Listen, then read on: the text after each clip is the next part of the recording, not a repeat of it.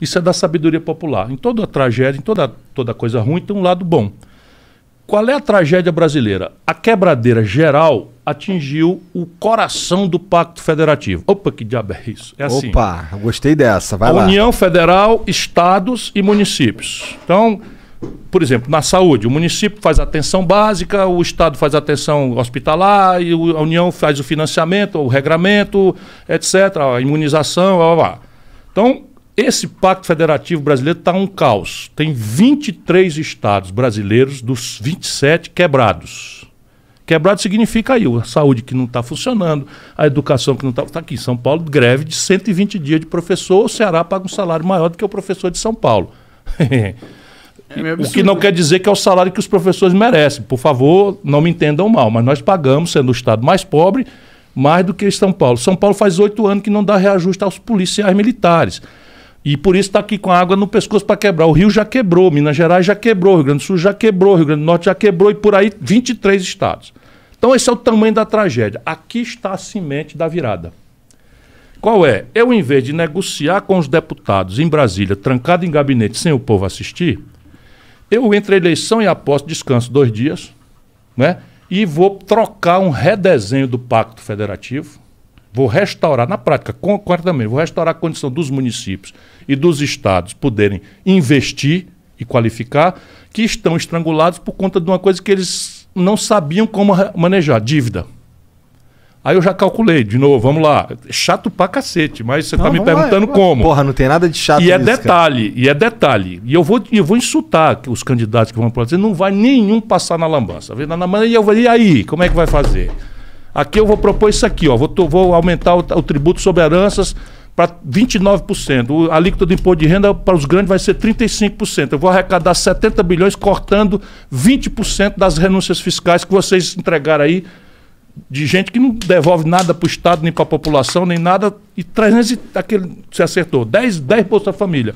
Eu vou cortar 30%, ou 25%, ou 20%, vamos lá. Por que não cortar tudo disso? Tirar? Porque muitas vezes é um incentivo para gerar um emprego. Quando tem correspondência, por exemplo. Eu sei muito disso porque o Ceará tem, por exemplo, é sede da Grendene. A Grendene é uma empresa de calçados que transformou o Ceará no principal exportador de calçados do Brasil. O Ceará não é sede da matéria-prima, que os calçados da Grendene, por regra, são petroquímica. O Ceará não tem uma gota. E não é sede do mercado consumidor. Então é produzido lá, mas vendido fora. E a matéria-prima vem de fora. Como é que ele vai lá para o Celbral, minha cidade? Eles empregam 30 mil conterrâneos meus. Porra, gente pra caralho. Muita gente. Então como é que eles foram fazer o que lá? Eu tenho que compensar que lá não é a matéria-prima e tenho que compensar que lá não é a sede, porque eles vão gastar mais com frete para trazer a matéria-prima, com frete para levar a matéria. E eu tenho a ferramenta da renúncia fiscal como um mecanismo de fazer. Mas tem uma correspondência. O cearense sabe que esse imposto aí foi trocado por emprego. Entendi. Percebe? Aí você, qual é a cidade que tem o melhor IDEB do Brasil, melhor educação pública do Brasil? Tchan, tchan, tchan, tchan, vai no Google, Sobral. Por quê? Porque a grana da Grendene, do estado, eu dispensei, mas a do município eu não dispensei. Aí Sobral tem dinheiro para fazer uma escola pública modelo. Entendi. E ganha prêmios internacionais e tal. Que isso eu escuto várias vezes de outras pessoas. Pode perguntar, independente. Que nem gostam muito de tu. E eles... Não sou eu, não sou eu. São os professores, são os estudantes, são sabe, eu apenas tenho orgulho de ter preparado esse ambiente político, de ter influído no desenho do projeto. E eu sou o cara que vai na frente, eu sou o brigão, eu tenho uma aresta para todo lado, sabe? Eu chamo o Michel Temer de ladrão, ele me processa, eu chamo o Eunício Oliveira de ladrão, ele me processa, eu chamo o Eduardo Cunha de ladrão, ele me processa. Eu não estou defendendo nada para mim. É só perguntar, mas, bom, por que eu chamei o Eduardo Cunha de ladrão? O que é que eu tenho com isso? O Eduardo Cunha é deputado do Rio de Janeiro. Chamei porque ele é ladrão, ele está roubando dinheiro do povo. E assim, é o meu jeito de ser. E eu, para fazer isso, eu não tenho rabo de palha. 40 anos, nunca fui processado, nunca respondi por nada, nem mal feito, nem para ser absolvido. Nada mais é do que a minha obrigação. Mas voltando, então, eu pego o Pacto Federativo, chamo os governadores, não interessa se são do meu partido ou não. Essa é a chave. E eu vou dizer para eles, ó, eu vou restaurar a condição do Rio Grande do Sul de voltar a investir. Vou restaurar a condição de São Paulo. Como? 600 bilhões é a dívida de vocês, tudinho comigo, governo federal. 80% disso é São Paulo, Rio, Minas e Rio Grande do Sul. 4 estados. 8 vezes 6, 14. Então, assim, 400 não, como é? Você vezes 8, 48. 480 dos 600 bilhões são 4 estados, que tem já uma boa parte da maioria do Congresso brasileiro. Os outros são só 200, que tem mais da metade do Congresso. Então, eu vou chamar os outros para começar, que são os mais pobres, os menores, os pequenos. Vou dizer, vamos lá, vamos mudar o Brasil? Vamos, tá aqui, eu reestruturo a dívida, não vou dispensar, vou reestruturar a dívida. Vocês iam pagar para mim R$1 bilhão esse ano, vamos pagar só 100 milhões. Os 900 milhões vocês vão investir dentro de um projeto que nós vamos discutir a prioridade. A prioridade para mim é educação. Mas eu topo se você quiser fazer saúde. Mas eu não topo se você quiser fazer fonte luminosa. Aí eu não topo. É uma coisa de planejamento partilhado. Eu não vou impor, mas vou dar uma linha de prioridade para ter coerência. Saneamento básico, topo. Moradia popular, topo também. Por quê? Porque eu resolvo quatro assuntos de uma só cajadada. O emprego. E resolvo o problema de saúde, né? Do saneamento básico na porta do cidadão, do aluguel, do papel da casa, das periferias todas. Ninguém tem papel da casa, não pode ser cidadão, não pode tomar um empréstimo, não pode dar garantia. Tudo isso coisa que eu já fiz. Funciona, né? Funciona para valer, né? Eu digo, eu quero ter uma chance porque eu sou treinado. Eu estou me apresentando, por favor, não pense que é autoelogio, não, mas né, o cara tem que se exibir um pouquinho. Mas esses 900 milhões aí... Aí pronto, aí vira o quê? Vira uma dívida do Estado com outro prazo. Ele vai continuar devendo, só que com outro prazo. E esse milhão agora, em vez de ir para a União Federal, vai ficar com ele. E não vai fazer uma falta imediata para a União? Vai. Aí eu tenho que dizer como é que eu vou resolver o problema da falta para a União. Aí o que eu vou fazer? Pego 300 bilhões, 340 bilhões, 330 bilhões de renúncia fiscal, corto 25%.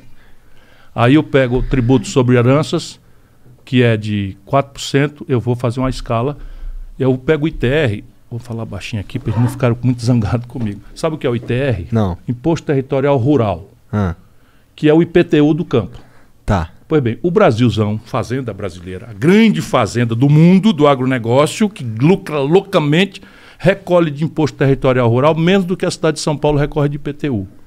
Porra. É assim. Então esses caras não vão dizer, olha, o cara agora vai querer cobrar imposto, cara. Eu estava descendo hoje de Campos do Jordão, ali pertinho de Pindamonhangaba, onde eu nasci, Taubaté e tal, não sei o que, e tal, o gado ali. Onde é que já se viu criação extensiva de gado dentro da cidade?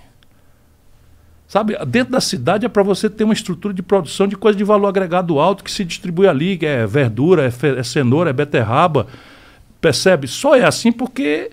E é o que eu pretendo fazer? Não vai ser o governo federal, vai ser para os municípios. Então vai ser, a ITR vai mudar. E agora quem faz a planta de valores de São Paulo, da cidade de São Paulo, ou de Pindamonhangaba, ou de Taubaté, vai fazer a planta de valores da base rural. Simples assim. Hoje é algo federal. Federal, que não faz nada. Isso depois de 30 anos de governo de esquerda.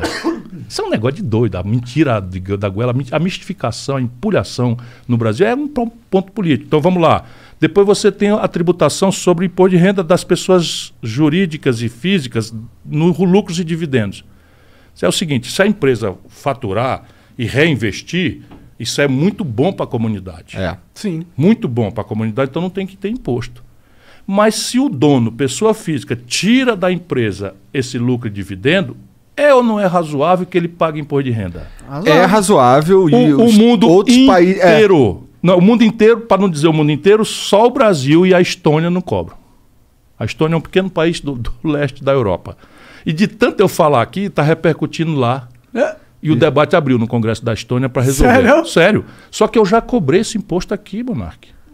Eu já cobrei. Eu era ministro da Fazenda do Itamar, eu cobrei. Aí, de repente, a dita esquerda de Goela revogou e nunca mais. E eu outro dia estava num coisa com o presidente de um grande banco, fica quase devassada a privacidade do cara, porque só são três. Eu estava conversando com ele, desculpa, eu não sou inimigo de ninguém, pelo contrário, vai ver o que eu fiz de estimular empresas no Ceará. Eu chamo o Ceará porque é um lugar onde as pessoas podem conferir. Esse cara é tão bom assim, é um mentiroso, é mais um picareta, é mais um demagogo. Eu acho que todo mundo devia ser desconfiado da população, do político. E procurar. Hoje tem o Google, cara. Hoje é bem mais fácil. Na minha época não tinha Google, você imagina. Então, hoje tem o Google. O cara disse que a escola do Ceará agora tem cota para rico. Sabia? Cota para rico? Cota para rico. Então, Como é que é? Uma cota ao contrário? É, uma cota ao contrário. Por quê? Porque nós começamos a escola de tempo integral, profissionalizante, com aquele estágio remunerado, profissões altissimamente modernas e tal. E como a gente não podia fazer para todo mundo ao mesmo tempo, começamos a dar uma prioridade, que é a nossa lógica. É o seguinte, só pode entrar nessa escola, que é um prédio espetacular, e tem tela de cristal líquido em algumas, e tem laboratório de ponta, e tem tudo. Uma escola, se procurar a melhor escola de São Paulo, e compara. Vai no Google, quem estiver desconfiando. Né? No sertão do Ceará, então nos lugares mais pobres, nós metemos lá e com a condição, só pode entrar nela quem vem da escola pública. Que era uma forma de dar prioridade ao pobre. Ah, legal. Aí o Ministério Público foi dizer, isso está errado, é inconstitucional. A escola pública tem que ser de acesso a todos. Aí nós ficamos ali e tal, tá bom. Mas vamos dar prioridade para os pobres? Vamos. Então vamos fazer um termo de ajuste de conduta, que é um TAC, feito com o Ministério Público, que deu uma cota para rico. Quanto que é a cota de rico? 20%. Entendi. Ah, legal. Porra, eu acho isso incrível, porque se a gente for falar do ensino superior no Brasil... É um desastre, dá vontade de chorar. A maioria dos caras que estudam nas melhores universidades públicas são os ricos, né? E a maioria dos que estão inadimplentes com fiéis são os pobres. É uma contradição terrível. Depois de 6 governos ditos de esquerda no Brasil. Não é que esquerda seja ruim, não. Eu sou uma pessoa de formação de centro-esquerda. O que eu estou dizendo é que aquilo que se apresenta de esquerda no Brasil é mentira. O lulopetismo não tem nada na prática de esquerda.